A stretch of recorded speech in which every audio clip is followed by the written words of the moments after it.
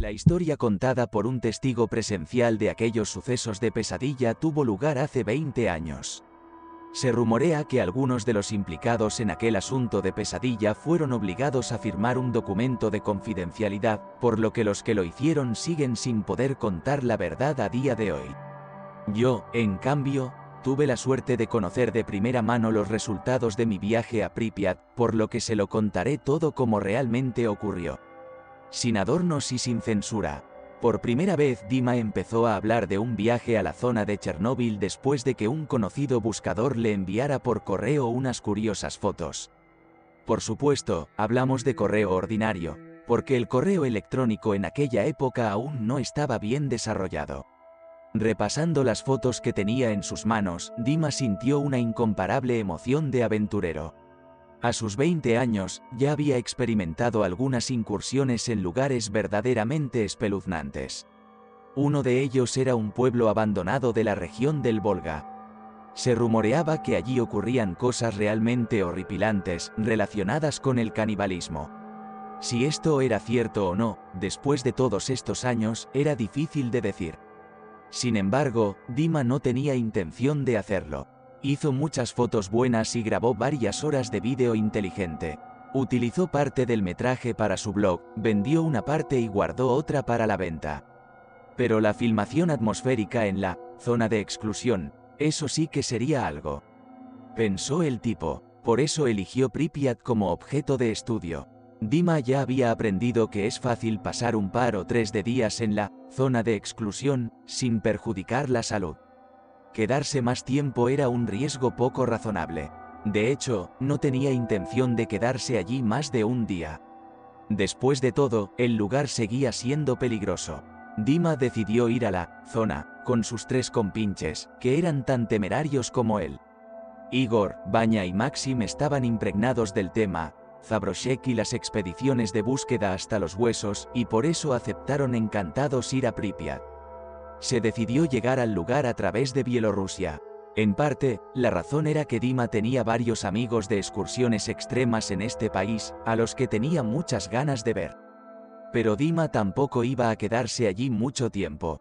Y como su amigo por correspondencia ya le había dado un mapa detallado de la ciudad, decidió explorar la escuela de la ciudad. Por supuesto, de momento estaba en estado de abandono y tenía un aspecto lamentable. Pero, por otro lado, era el tipo de material que daba a Dima la oportunidad de ganar un buen dinero. No voy a perder mi precioso tiempo describiendo el paso de la frontera y el viaje hasta la ciudad. Solo diré que todo fue bien y que los muchachos llegaron a los límites administrativos de Pripyat. Durante este tiempo, no hubo ni un solo problema en el camino de los 4 temerarios que pudiera ralentizar su marcha. A las espaldas de los muchachos colgaban mochilas llenas de equipo y cosas necesarias para la caminata. La época estival estaba bien elegida para que no tuvieran que cargar con mucho equipo de invierno. Decir que el pueblo tenía un aspecto espeluznante era quedarse corto. Ventanas sin cristales, puertas tapiadas y tiradas por ahí, o simplemente colgando y crujiendo en sus toldos oxidados con cada brisa. Afortunadamente, la escuela que necesitaban los chicos estaba situada en las afueras de la ciudad y no era necesario vagar por la ciudad abandonada para encontrarla. Por supuesto, Dima estaría encantado de estudiar en Pripyat, pero le faltaba tiempo. Así que era la escuela, o nada en absoluto. El edificio de la escuela secundaria en uno de Pripyat parecía incómodo. Era un edificio de 3 plantas, con columnas macizas y un toldo de hormigón inclinado sobre la entrada. Antaño había servido para proteger a los alumnos de la nieve y la lluvia. Pero ahora, en virtud de su palabra de honor, el dosel podía convertirse fácilmente en una auténtica trampa para los chicos, amenazando con aplastarlos si caían desde una altura. Sí, es un lugar infernal, dijo Maxim sombríamente. ¿Y qué esperabas? ¿Un hotel de 5 estrellas? ¿Recuerdas cómo era en Pueblo Caníbal? Aquí es bastante decente, nada especial, un zabirka es un zabirka, pensó Dima. Por supuesto, de pie en la entrada del edificio de la escuela, los chicos no eran conscientes de que en este mismo momento, son observados de cerca por un par de ojos. Dima fue el primero en entrar en el vestíbulo. Iluminando su camino con una linterna, el tipo miró habitualmente por los rincones oscuros y luego siguió adelante. Cada uno de los 4 tipos era un profesional y se comportaba como debería hacerlo un buscador experimentado. Hablaban en voz baja, como si temieran despertar al espíritu del tiempo que dormita entre las paredes de este edificio. A pesar de que han pasado 17 años desde el accidente de Chernóbil, en el edificio de la escuela aún se encuentran objetos cotidianos de aquella época. Las agendas escolares se veían aquí y allá, sus páginas amarillentas reverberaban con las calificaciones dadas por los profesores. Pero si los utensilios escolares antes mencionados eran escasos, las hojas de los cuadernos cubrían el suelo de la escuela como un manto denso como las hojas de otoño en noviembre. Como el viaje a la zona de exclusión entrañaba cierto peligro, los chicos llevaban sus armas. Desde luego, no armas de fuego ni armas militares, sino traumáticas. Y solo aquellas para las que tenían todos los certificados y permisos necesarios. 2. Armas traumáticas, para 4 sonaba bastante bien. Sobre todo si uno no creía en la existencia de todo tipo de criaturas, sobre las que eran famosas las historias populares. Como la planta baja era la más contaminada, en opinión de Dima era transitable. Es decir, todo buscador que se preciara más o menos consideraba su deber examinarla primero. Pero Dima sabía que la mayoría de las cosas se almacenaban más arriba. Allí, donde la mayoría de los turistas negros simplemente no se atreven a subir. Chicos, venid conmigo al primer piso. ¿Qué hay que mirar en estos diarios?, sugirió el muchacho. Igor y Vanya aceptaron de inmediato, pero Maxim se inquietó. Por alguna inexplicable razón quería quedarse en la planta baja. Además, Max esperaba encontrar para sí algún trofeo de una época pasada. Y cuando vagas en manada, no es probable que consigas nada. No, ustedes vayan sin mí. Si queréis, me reuniré con vosotros más tarde, resumió. Dima no tuvo que repetirlo y subió al primer piso. Igor y Vanya le siguieron obedientemente, como fieles vasallos del rey caído en desgracia. Max empezó a explorar las aulas de la escuela, la mayoría de las cuales eran tan parecidas como hermanos gemelos. En todas había pupitres, sillas y demás material escolar. Básicamente, era lo mismo en todas partes, ruina y desorden. Bueno, ¿qué querías ver aquí? ¿Los tesoros de Ali Baba?, susurró Maxim para sí irónicamente. En ese momento oyó un ruido apenas audible detrás de él. Sobresaltado, Max se sobresaltó, pero enseguida se recompuso. Probablemente una rata, pensó. Sabía que, a pesar de la radiación, los animales vivían en la zona de exclusión. Aunque había muchos menos que en la zona no contaminada. Pero cuando volvió a oírse el crujido, Max se quedó inmóvil y escuchó. El crujido sonaba aún más cerca. Y esta vez, su origen no estaba a más de 1,5 metros del chico. Intentando no pensar en nada malo, el buscador se giró bruscamente e involuntariamente apretó los puños.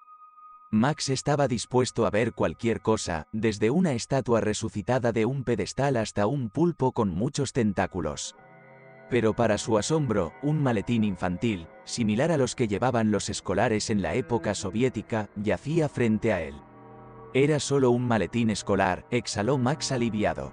Pero cuando lo miró más de cerca se dio cuenta de que no estaba quieto, sino que el maletín estaba en movimiento. El maletín se deslizaba por el suelo polvoriento, dejando un largo rastro tras de sí, como una serpiente arrastrándose por las arenas del desierto. Max pensó que todo era una obsesión, provocada por jugosas historias de abandono y la zona de exclusión. Pero el misterioso maletín ya estaba a medio metro de distancia del tipo, y se comportaba como un organismo vivo. ¿Qué demonios es esto?, pensó Max, y con todas sus fuerzas le dio una patada al maletín. No es que el golpe fuera tan fuerte, pero aún así había esperado un efecto mayor. Resultó que el maletín cayó 1 metro, y lo que había dentro absorbió, como era de esperar, la patada de Max. El chico miró hacia abajo y vio que su zapato estaba cubierto de algún tipo de sustancia púrpura. Intentando no pensar en nada malo, Max se agachó y tocó cuidadosamente la sustancia pegajosa con los dedos. Por supuesto, el chico no era ningún experto, pero su sexto sentido le decía que aquella sustancia grasienta y repugnante parecida a un caldo morado no era otra cosa que sangre. Max se resistía a mirar en el maletín, pero lo hizo por pura fuerza. Abriendo cuidadosamente las cerraduras, se sintió como un zapador, desarmando un peligroso artefacto explosivo que, con un movimiento en falso, podría hacerlo volar en pedazos. Ahora solo tenía que abrir la mitad superior del maletín y mirar dentro. Definitivamente había algo dentro y el objeto era suave al tacto. Max pudo sentirlo al acariciar la fría superficie del maletín. Pero cuando encontró fuerzas para mirar dentro, apenas pudo reprimir un grito convulso que nació en su garganta. En el fondo del maletín, prácticamente nadando en su propia sangre, yacía un gato muerto. Como el cuerpo del pobre animal estaba doblado en un ángulo antinatural, Max se dio cuenta de que lo más probable era que tuviera la columna vertebral rota por varios sitios a la vez. Asqueado, dejó caer el maletín de sus manos e involuntariamente retrocedió 2 pasos. Todo aquello le pareció tan espeluznante que apenas pudo contener las arcadas. Pero no tuvo tiempo de recuperarse de lo que había visto. Un nuevo crujido volvió a oírse detrás de él, como si hubiera salido de la nada. Un segundo después, sonó la voz congraciada de alguien. ¿Has hecho los deberes? La entonación del interlocutor sonaba como un disco rayado, lo que hizo que Max se sintiera inquieto. Temblando de miedo, se dio la vuelta lentamente y vio frente a él algo que no podría soñar ni en una pesadilla. En ese momento, Max lamentó sinceramente no haber ido con los demás al primer piso y haberse quedado aquí para explorarlo todo por sí mismo. Lo primero, llegó la amarga comprensión del error que había cometido, y lo segundo, un terrible dolor que nacía en el bajo vientre y subía hasta la laringe. No tuvo tiempo de gritar con toda su fuerza, ya que una buena cantidad de sangre se acumuló instantáneamente en su garganta, impidiéndole lanzar un alarido suicida y dolorido. Cayendo al suelo cubierto de polvo del aula, el chico escuchó la misma voz en sus oídos mientras pronunciaba otra frase horripilante: «Siéntate. Una D para ti. Punto». En aquel momento, Vania, Igor y Dima deambulaban por el pasillo lleno de basura del primer piso. ¿Por qué este lugar es un desastre? Bueno, es un vertedero. Los alumnos y los profesores han sido evacuados, dijo Vania con una mueca de dolor. Sí, quién sabe. Tal vez, los saqueadores lo hicieron, respondió Dima. Durante todo el tiempo, la sensación de peligro que se había apoderado de él después de que todo el grupo cruzara el umbral de esta escuela no le había abandonado en ningún momento. Para ser franco, el primer piso le resultó decepcionante. Por supuesto, había tomado algunas buenas fotos. Pero, recorrer un camino tan largo porque sí era, cuanto menos, imprudente. Mierda, ¿qué estaba haciendo Max allí? ¿En serio? ¿Había encontrado algo digno? Igor expresó su sospecha. Creo que no. Si quieres puedes llamarle por las escaleras. Le quitó de encima Vania. Siguiendo el consejo de su amigo, Igor bajó las escaleras a medias, y luego llamó a Max por su nombre en voz alta. Pero la única respuesta fue un eco que reverberó en las paredes del edificio.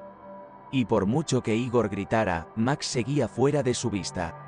Chicos, aquí pasa algo. Creo que deberíamos bajar los 3 y ver qué pasa. Todas estas divisiones no servirán de nada, dijo Igor asustado. Dima y Vania se miraron comprensivamente y luego empezaron a bajar lentamente a la planta baja. El primero en encontrar a Max fue Igor. Aunque él mismo hubiera preferido no verlo. Max yacía en un charco de su propia sangre, y un poco más allá se veían sus entrañas, extendidas por el suelo como asquerosos espaguetis. Parecía haber sangre por todas partes y, al darse cuenta de ello, sorprendió a sus amigos. Y cuando Dima desvió la mirada hacia la pizarra de la escuela, vio una gorda D en ella, que parecía haber sido escrita con la sangre fresca del máximo asesinado.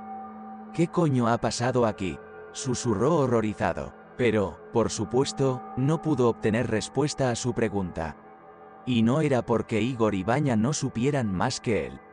Fue el hecho de que el aula de la escuela, de repente se llenó de un desagradable trino mecánico, que cada uno de ellos había oído cientos de veces en su infancia.